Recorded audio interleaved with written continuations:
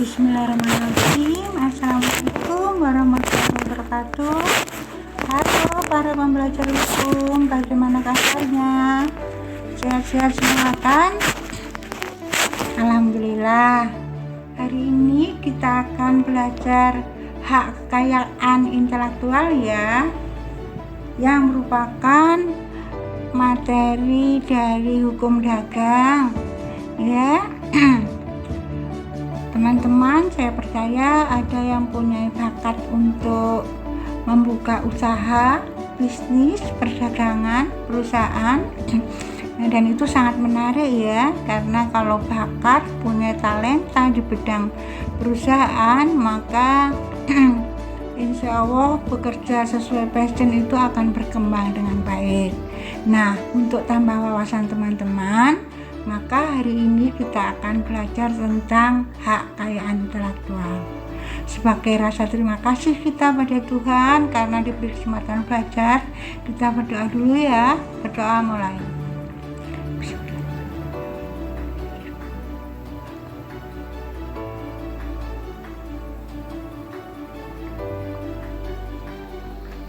Berdoa selesai. Teman-teman, Mas sudah pernah lihat konten ibu yang berkaitan dengan HKI? Tahu artinya apa sih HKI itu? Ya, jadi HKI itu kepanjangannya adalah hak kekayaan intelektual. Apa sih hak kekayaan intelektual itu? Hak kekayaan intelektual itu ada dua istilah, yaitu hak dan kekayaan intelektual. Ya, mereka saling berkaitan. Ya, HKI ini merupakan bagian dari hukum dagang. Karena apa? Karena HKI ini bicara tentang objek perdagangan atau perusahaan yang berupa objek imaterial ya, yang non materi, yang berupa kekayaan intelektual yang dihasilkan dari daya pikir manusia ya, yang bisa menghasilkan produk atau proses yang bermanfaat bagi manusia.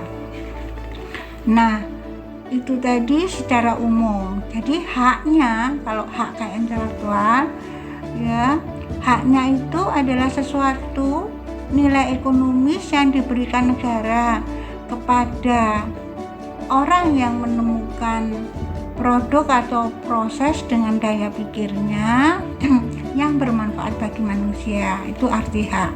Kalau kekayaan intelektual itu adalah kekayaan yang dihasilkan dari daya pikir manusia yang berupa produk dan proses yang bermanfaat bagi manusia.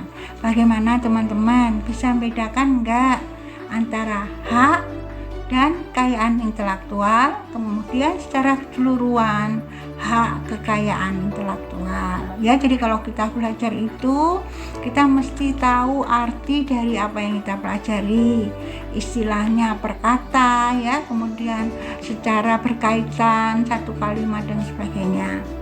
Dan sangat menarik ya bagi orang-orang yang suka belajar ya, kita harus mengolah daya pikir kita terus ya, supaya inovatif ya, menemukan sesuatu, kreatif ya, kritis berpikir ya sehingga kita bisa survive, bertahan dalam hidup itu karena daya pikir kita terlatih sehingga bisa mengatasi masalah-masalah yang hadir.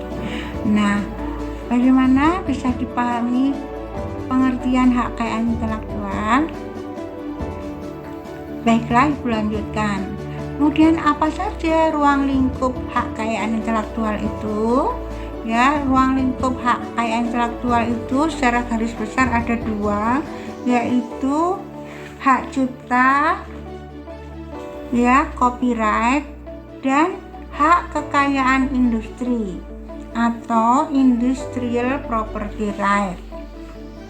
Hak kekayaan industri, industrial property right ini ada beberapa, yaitu hak kekayaan industri terdiri dari paten, desain industri, merek, penanggulangan praktek persaingan curang, desain tata letak sirkuit terpadu, dan rahasia dagang. Bagaimana penjelasan lebih detail dari hak kekayaan intelektual itu? Ya, penjelasannya adalah sebagai berikut. Apa sih yang disebut dengan hak cipta?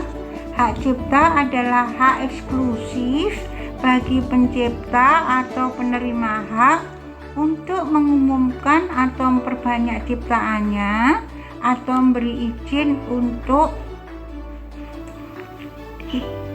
itu dengan tidak mengurangi pembatasan menurut peraturan perundang-undangan yang berlaku. Jadi teman-teman, salah satu bagian dari hak kekayaan intelektual itu disebut dengan hak cipta atau copyright.